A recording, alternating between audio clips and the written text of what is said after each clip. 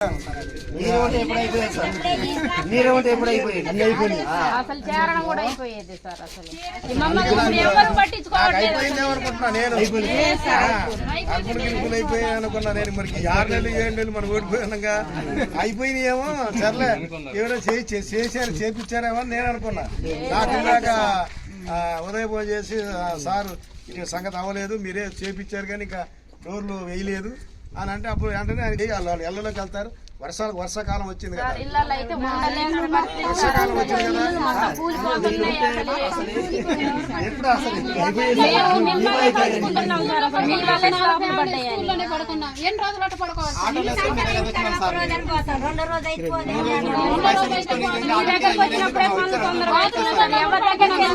తిప్పించుకుంటున్నారు కానీ పనులు అయితే కావట్లేదు సార్. మీరే చేసి మీరే చేసి ఎవరు పట్టించుకోవట్లేదు.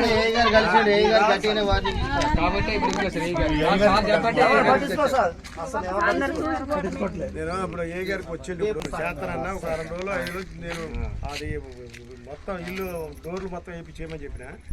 మాట్లాడుతున్నారు లేదని అసలు ఏం చేయట్లేదు సార్. అసలు ఏడిపోతుంది సార్. పర్వాలేగా నేను పంపిస్తాను ఎయిర్పోర్ట్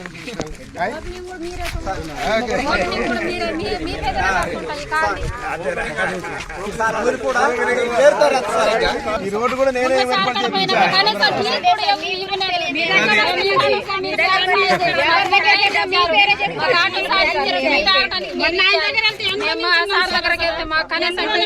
చెప్తున్నారా అని కూడా ఒక మాట కూడా చెప్పలేదు.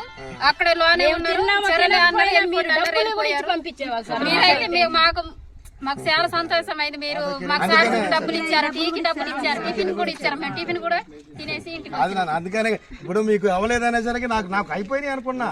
ఇప్పుడు ఉదయం చెప్పి నాకు అవ్వలేదనేసరికి వెంబటే ఏ ఫోన్ చేసి నేను డైరెక్ట్గా వచ్చా. అప్పుడు ఇప్పుడు ములకలపల్లి వస్తున్నా, నేను వేరే ప్రోగ్రామ్ మీద వస్తున్నా. ఈ ప్రోగ్రామ్ మీరు చెప్పేసరికి సర్లే మనోళ్ళకి ఇబ్బంది ఉందని అక్కడ బ్రిడ్జి ఉంది కదా, బ్రిడ్జి కూడా చూసా. బ్రిడ్జి కూడా తొందరగా చేపియండి, లేకపోతే ఎందుకు వర్షాకాలం వస్తే మరి యువతలు అవతలకి వెళ్తాం, అవతలకి వెళ్తున్నాం.